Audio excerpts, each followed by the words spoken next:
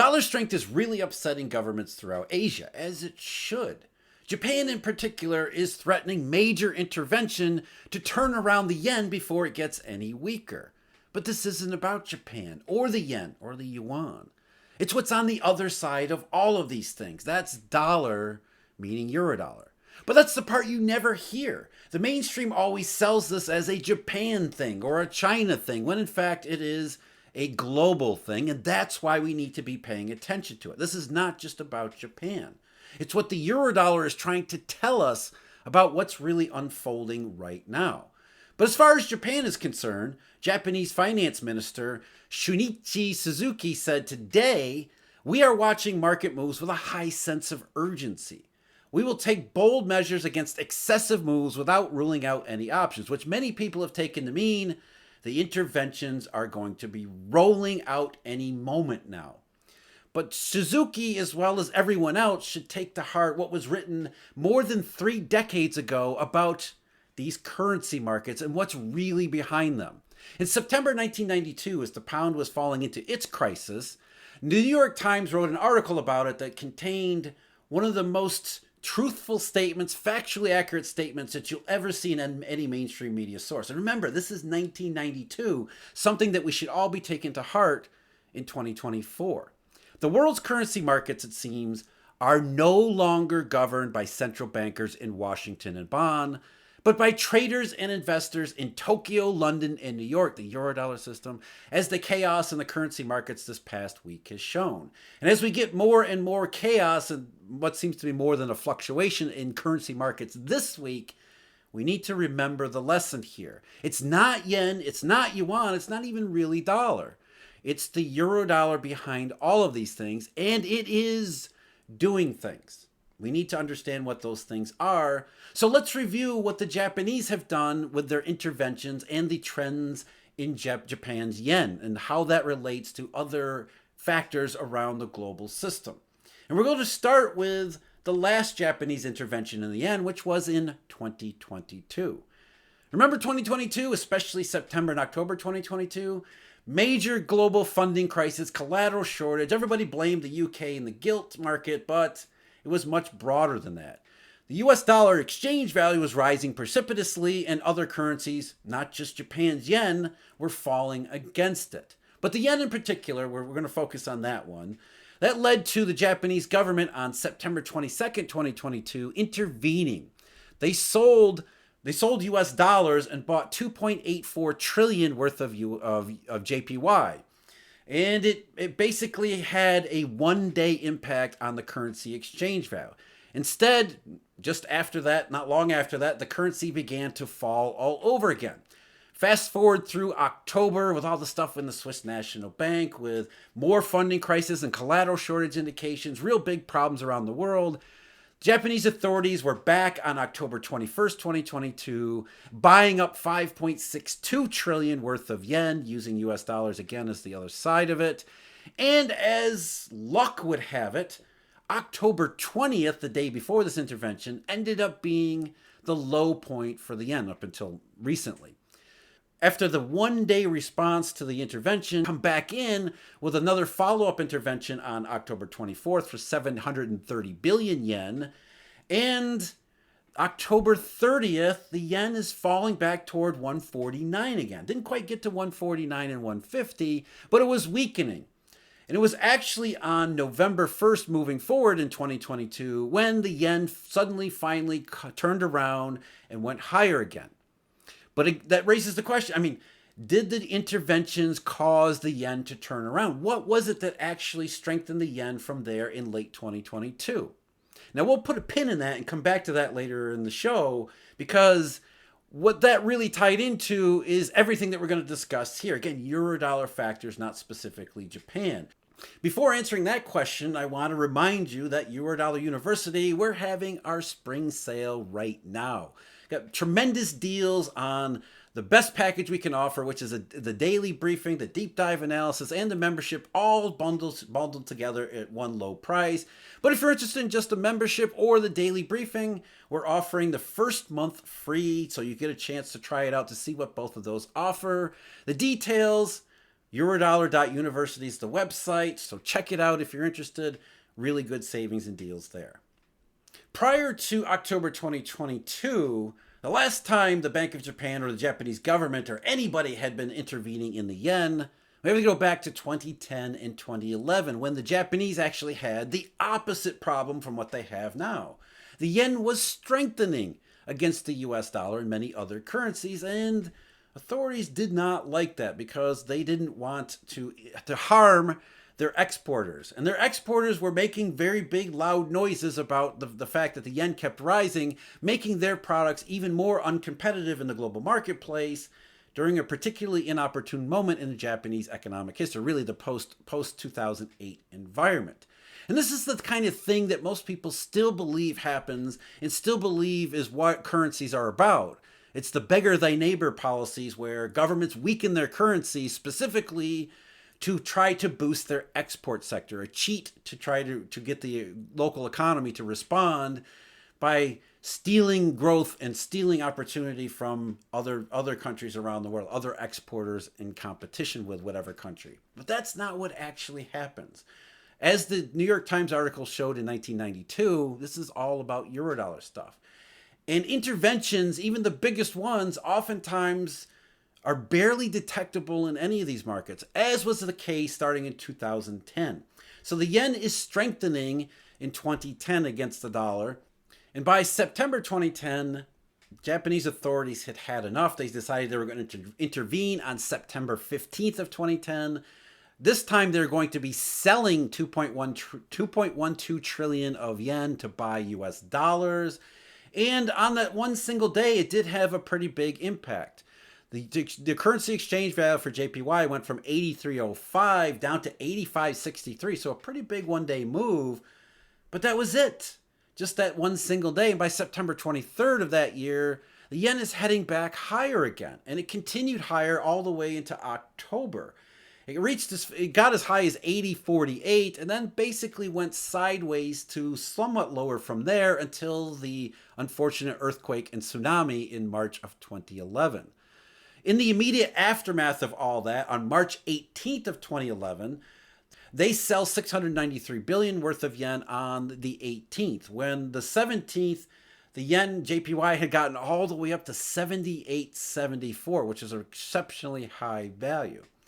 But once again, you see just nothing more than a short-term impact in the currency exchange value. And this wasn't even a large operation to begin with. So by the time we get back into early April, the yen is rising again. It had fallen as low as 85.26 on April 6th, which wasn't really about the intervention. It was a variety of factors, as we need to keep in mind in all of these, in all of our review here, that it's never one thing or another. There's a combination of factors that we're kind of putting together and oversimplifying and summarizing. But April 6th, Japan's yen was 85.26, and by August 10th, it had gotten all the way up to 76.41.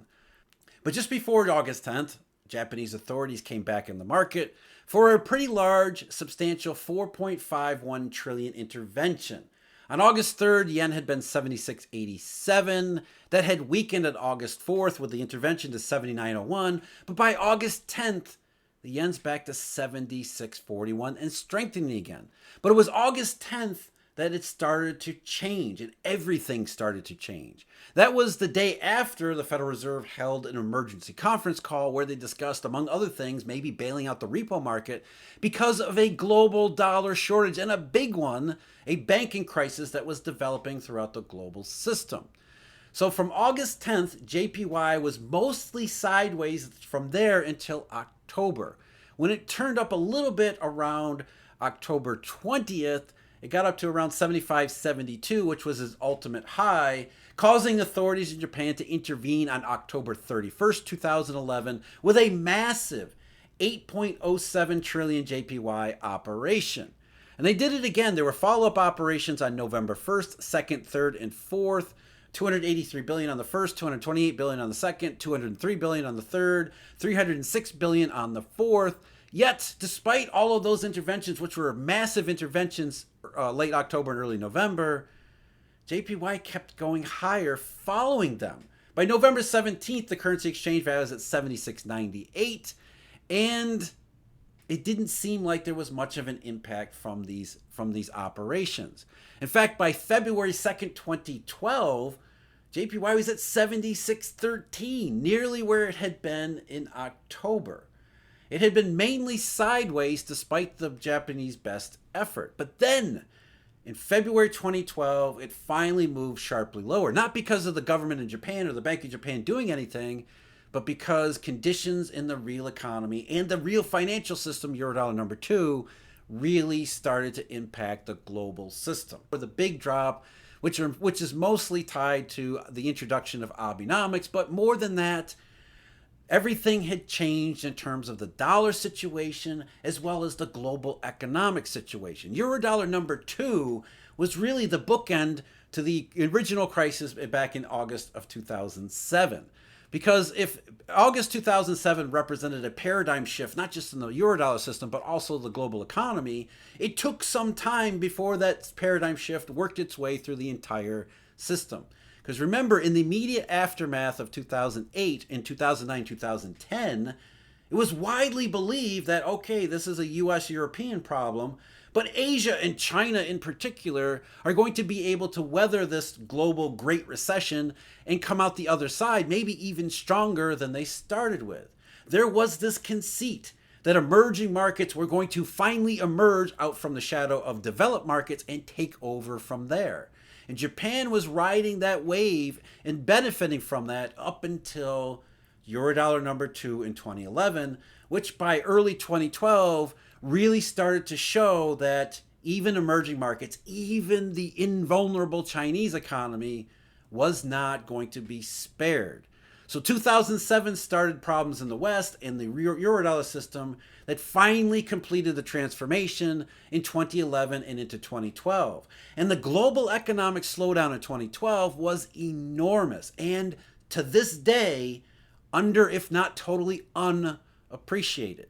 Just look at some of the statistics from China just to understand what we're talking about here.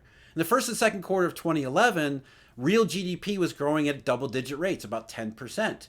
By the third quarter of 2011, as Japan's yen is starting to level off here, it slowed down to 9.4%. In the fourth quarter of 2011, 8.8%. And by the third quarter of 2012, we're talking about 7.5%. Remember, 7.5% back then caused all sorts of problems throughout the world. People thought 7% in Chinese GDP was a recession. So the economy was changing. You can see it even better in some of the individual Chinese statistics. The slowdown in 2011 was enormous in Chinese industrial production. In June of 2011, just before Eurodollar number two really got going, Chinese IP was growing at a 15.1% year-over-year rate. By November, that had slowed down to 12.4%. And by April 2012, when the yen really started to weaken for the first time, Chinese industrial production was growing at 9.3% year-over-year rate, and it wouldn't get any better from there. So massive slowdown in industry because Chinese trade was slowing down. Look at exports. Exports in the first quarter of 2011 were growing at a 26.5% annual rate. By the fourth quarter of that year, again, as the yen is starting to transform, it's down to 14.3. And by the first quarter of 2012, 7.7. Huge slowdown in trade. On the other side of that, Chinese imports in third quarter of 2011 were growing at a 24.6% rate, which back then everybody considered normal. By the first quarter of 2012, it was 6.8%. And by the third quarter of 2012, 1.4%, basically flat. It was an enormous economic slowdown that also included enormous banking and liquidity difficulties in the Eurodollar system. All of these things tied together, which is the reason why the yen turned around from strengthening alongside the belief that Asia was invulnerable to then weakening thereafter with the realization that nobody was going to be spared from the paradigm shift in the Eurodollar system and the deglobalization and lack of economic growth that we've all been experiencing ever since then.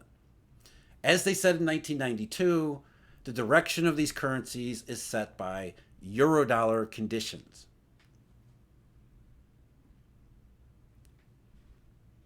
So let's go back to October 2022. Did that intervention work? Because it seemed like the Bank of Japan hit the bottom almost exactly. And not long after that, a couple days later, yen is strengthening again. But when you put the yen JPY against something like CNY, you see it wasn't the Bank of Japan intervention at all. It was, again, global economic and financial factors. Because on November 1st, 2022, CNY started to surge and took the yen up with it. Not because of interventions or government policies, but because of reopening. For a brief moment there, for a brief couple months, it looked like maybe the global economy was going to be rescued by the end of the zero COVID policies in China. They'd reopen the whole country, and that would rebound. That would cause the Chinese economy to rebound in such a way that it would fix a whole lot of global problems, including those being experienced by the Japanese and everyone else around the world. Again, the global direction. So Chinese yuan rebounded and recovered, strengthened from there. Japan's yen did so in near perfect lockstep, but only up until January 13th of 2023. Both the yen and the yuan, which by then they're trading almost together hand in hand, suddenly they turn around and go back the other way. Not because of some government intervention or policy change, but because by then the traders in New York and London and Tokyo and Singapore and Hong Kong realized that reopening was a dud. Economic risks and financial risks were going to be rising throughout last year, which of course they did. That was proven to be absolutely correct. The Chinese economy never got going again, and the Japanese economy itself got caught up in the same recession mix, and to the point that actually the Japanese economy is in recession too. Globally synchronized. So the weakness in the current Japan yen, like the China's yuan, has nothing to do with the central bank one way or the other. They're trying to intervene to stop the currency from weakening because specifically with Japan, a weaker currency means more price pressures on beleaguered consumers, the unpopular government in Tokyo already, but it's out of their hands. Just like 2011, just like October of 2022, these central banks are just along for the ride. They're being pushed around by global forces well beyond their control. And here's the thing, here's the key. With these currencies weakening to the point that it's causing major consternation, not just in Tokyo, but also Beijing, that's telling us how important things are in the Eurodollar system, how much these things are moving and in the wrong direction. Weaker currencies, weaker JPY, weaker CNY, weaker India rupee, that means dollar strength. And dollar strength is not strength. That is a warning sign. It isn't just foreign currencies that have been acting sort of weird lately. US banks have behaved kind of strangely too. That's the video I've got linked below. As always, I thank you very much for joining me. Check out Eurodollar University Spring Sale. And if you are a member or subscriber already, I cannot thank you enough. And until next time, take care.